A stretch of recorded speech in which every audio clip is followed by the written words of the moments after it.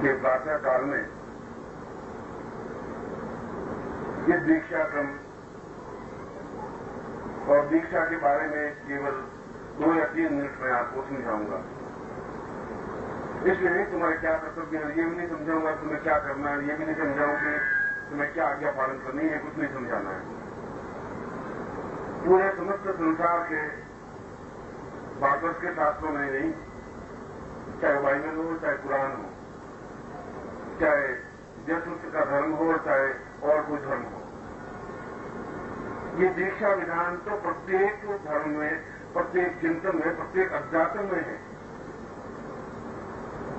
और दीक्षा का तात्पर्य ऋग्वेद के प्रथम श्लोक में दिया हुआ है। जब चारों वेदों की पहली रचना हुई, ऋग्वेद का एक प्राथमिक मंत्र, प्रारंभिक मंत्र, जहां ऋषियों ने अपनी पहली ध्वनि उच्चरित की, जहां सभ्यता ने पहले अपनी आंख खोली, जब सभ्यता ने ऐसा किया कि हम जीवन में सभ्य हैं, जब उन 8 ऋषियों ने उस सिंधु नदी के किनारे जयघोष किया कि जीवन का प्रारंभ और जीवन की पूर्णता क्या है, उन्होंने इस रहस्य को देखना शुरू किया कि क्या जीवन से प्रारंभ कहां से शुरू करें, ये तो जीवन है ही नहीं। अगर तुम इसको जीवन मानते हो कि पैदा होना और बड़े होना जीवन है तो ये जीवन नहीं है, ये तो पशु जीवन है, मानव जीवन नहीं है। और इस दीक्षा के दोनों अक्षरों का विधान करते हुए उन्होंने उस मंत्र की घोषणा की, ओम दव्यो श्रोवै सावै चक्षत्वाम दीर्घौ सा दीर्घाम पूर्वो प्रादान्यै सह। ये ऋग्वेद का प्रारंभिक मंत्र है, जहां हमारे समस्त ऋषियों ने उस सभ्यता के पहले चरण में सिंधु नदी के किनारे इसका उद्घोष किया, ब्रह्मा ने अपने स्वयं मुंह से। ये तो ऋग्वेद आपके सामने। और भी वो कर सकता था, लक्ष्मी की आराधना कर सकता था, श्री की आराधना कर सकता था, अपनी बात कह सकता था, नहीं। उसने कहा जीवन की पूर्णता का जीवन नहीं है। और जीवन का मतलब है उन दोनों अक्षरों का विवेचन किया, दव्यो, अपने आप को सौंप देना ही 2 अक्षर। तुम अपने पास रखोगे तो कुछ मिल नहीं सकता, संभव नहीं है। जो कुछ अपने पास है, छल, झूठ, कपट, असत्य, व्यभिचार और अपना जीवन, अपने प्राण, अपनी आत्मा, सब कुछ सौंप देने की क्रिया है, वह विद्यार्थ, वह देना है। और तुम ऐसा दे नहीं पा रहे हो। छितवी और उस मंत्र के मुंह से करने, इस पूरे मंत्र का ये पहला चरण, ये पहली बात। अब इसका अर्थ करें तो 3000 क्रमों में आएगा। फिर 6 का मतलब है आकाश, 2 का मतलब है पृथ्वी। पृथ्वी से अनंत आकाश तक पहुंचने की जो क्रिया है, एक जमीन पर पड़ा हुआ इस फर्क को छू ले, स्पर्श कर ले, हिमालय से भी ऊंचा उठ जाए। हिमालय तो बहुत छोटा है, 29,000 फीट की ऊंचाई पर है। पूरे आकाश को छूने की कल्पना करें कि जमीन से ऊपर उठ करके, और उस आकाश को तब छू सकता है जब प्रज्ञा देने की क्रिया करे, और तब क्षेत्रम, तब उस आकाश को छू सकता है। और तुम्हारा जीवन भी समस्त ब्रह्मांड है, पूरा आकाश है। तुमने एक छोटा सा जीवन जन्म लिया है, और इस पृथ्वी और आकाश के बीच में बहुत कुछ है, गंदगी, घटियापन, सब कुछ है। मगर उसमें क्या है कि हमने केवल लेना सीख लिया है, इससे भी, उससे भी, पत्नी से भी, बेटे से भी, भाइयों से भी, संबंधियों से भी। देने का सीखा ही नहीं है। और यदि हम देने का एक क्षण कल्पना कर लें, एक क्षण चिंतन कर लें, तो अपने आप में आकाश में पहुंचने की क्रिया हो जाती है। दीक्षा की छोटी सी बात नहीं होती। दीक्षा का तात्पर्य मैं आकाश पर हूं और तुम धरती पर हो। उस मैं तुम्हें बता रहा हूं, तुम्हें आकाश को छूने के लिए, आकाश में समाहित होने के लिए तुम्हें आवाज दे रहा हूं। उस आकाश में विलीन होने की क्रिया समझा रहा हूं। केवल मंत्र बोलूं, मंत्र मुंह से बोल करके बैठ जाने को दीक्षा नहीं कहते। बस ऐसी दीक्षा को तुम 5000 बार ले लो, कुछ होगा ही नहीं उससे। उससे क्या होगा तुम्हारा? तुम एक धरती पुत्र हो, धरती के पुत्र, धरती से पैदा हुए हो। इसलिए पृथ्वी को धरनी कहा गया है, मां को पृथ्वी कहा गया है, मां को जन्मी कहा गया है। तुम धरती से पैदा हुए हो, और कैसा पैदा हुए हो? मल में, मूत्र में और गंदगी में और घटियापन। चारों तरफ टट्टी गए, तुम्हें पता नहीं पड़ा, बचपन में 2 महीने के हुए तो पता नहीं, मूत्र में पड़े हो तुम्हें पता नहीं, असक्त, असहाय। मां ने हटा दिया तो हट गए, मां ने पहुंच के रख दिया तो रख दिए। इतने छोटे से जीवन से मैं तुम्हें कह रहा हूं कि तुम्हें आकाश में छूना है। तुम्हें छोटी सी जगह नहीं ले जा रहा हूं, तुम्हें उस आकाश के फलक को छूने की बात बता रहा हूं। क्षित्रम, क्षय आकाश को कहा गया है।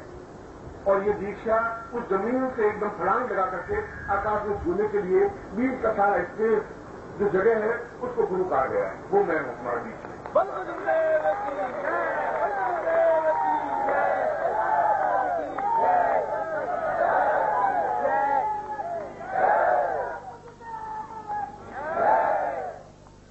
और ये कब समझोगे तुम? ऐसा कब तुम्हारा क्षण आएगा कि मैं जमीन पुत्र हूं, जमीन से जुड़ा हुआ हूं, जमीन में घास भी उगती है, जो कांटे भी उगते हैं, जमीन में पशु भी पैदा होते हैं, तो जमीन से घास करके वो भी एक कुत्ते, श्वान, गधे, कई तरह की योनियां हैं, उसमें से एक तुम्हारी भी योनि है। वह योनि अपने आप में उसी योनि में साफ हो जाओगे। ऐसा नहीं तुम मर करके गधे बन जाओगे, मर करके स्वान, ऐसा कुछ नहीं होता। किसी जीवन में उस योनि को जी रहे हो, पशु की जीवन जी रहे हो, गधे की जीवन जी रहे हो, बाहर हो अपने परिवार का चले जा रहे हो। जैसे तू भी अपने गधे को ढोए जा रहा है, तुम्हें भी अपने परिवार का कोई उनको रखते ढोए जा रहा है। कभी बेटा ढो रहा है, कभी पत्नी ढो रहा है, कभी चाचा ढो रहे हैं, कभी कुछ ढो रहे, तो फिर ढो रही। ऐसा ढोना जीवन जी रहा है तो जी रहे।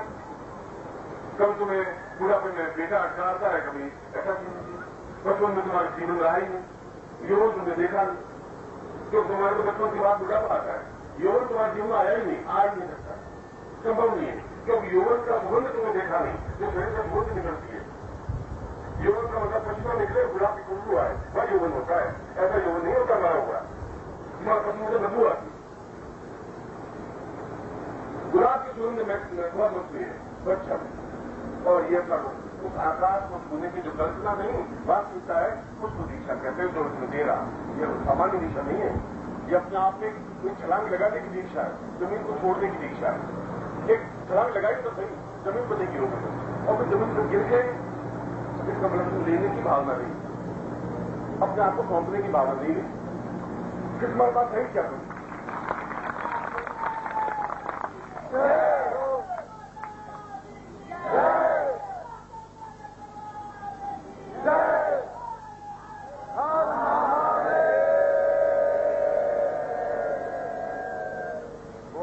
और तुम मुझे क्या दे सकते हो?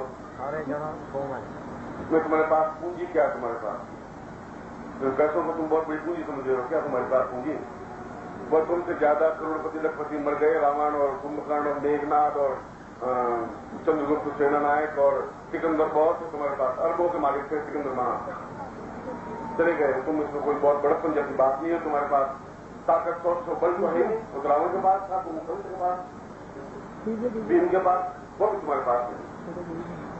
बहुत छोटी सी पूंजी है जिसमें तुम मुझसे ज्यादा चालाक हो सकते हो। ये मुझसे ज्यादा बड़ी पूंजी तुम्हारे पास है, मुझसे ज्यादा सावधान हो सकते हो, मुझसे ज्यादा सतर्क हो सकते हो। उस पूंजी को तो मुझे सौंप दो, कोई बात नहीं। तुम्हारा घर, तुम्हारा दूध, तुम्हारा कपड़, वह भी आप एक तो मार सौंप देना, वो भी ले लूंगा तुम्हारा, वह भी मुझे उसको निर्मल कर दूंगा।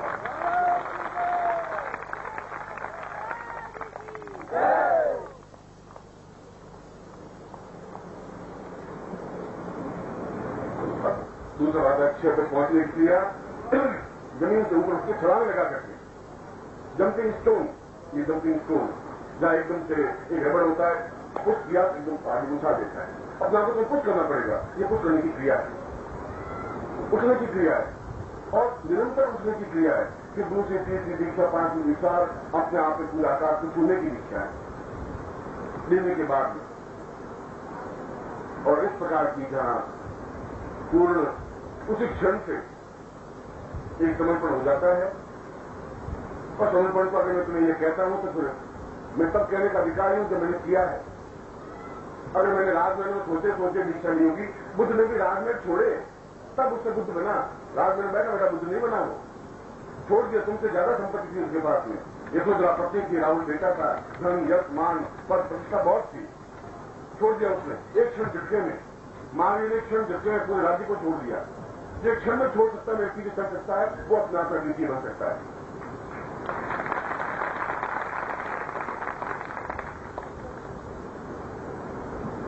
ऐसा क्षण तुम्हारे जीवन में आए, एक छोड़ने का भाव आए, छोड़ के देखिए तो उसका आनंद भी देखिए।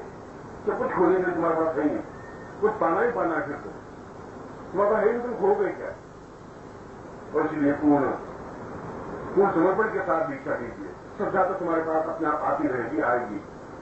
ये समझिए कि मैं आज अपने जीवन को सौंप रहा हूं, शब्दों से नहीं, फिर जब आगे तुम छलांग लगाना है तो लगाना है, डूब जाना है तो डूब जाना है, मैं अपना आप दिखाऊंगा। मैं तुम्हारे पास कल भी तुम्हें कहा था कि जब जीवन में तुम्हारा रखवाला में बैठा हूं तो मैं जिम्मेवार हूं तुम्हारे जीवन का, तुम्हारे प्राणों का, तुम्हारी आत्मा का, सब कुछ का जीवन का रखवाला हूं, पार लगाऊंगा, छोड़ूंगा नहीं बीच में।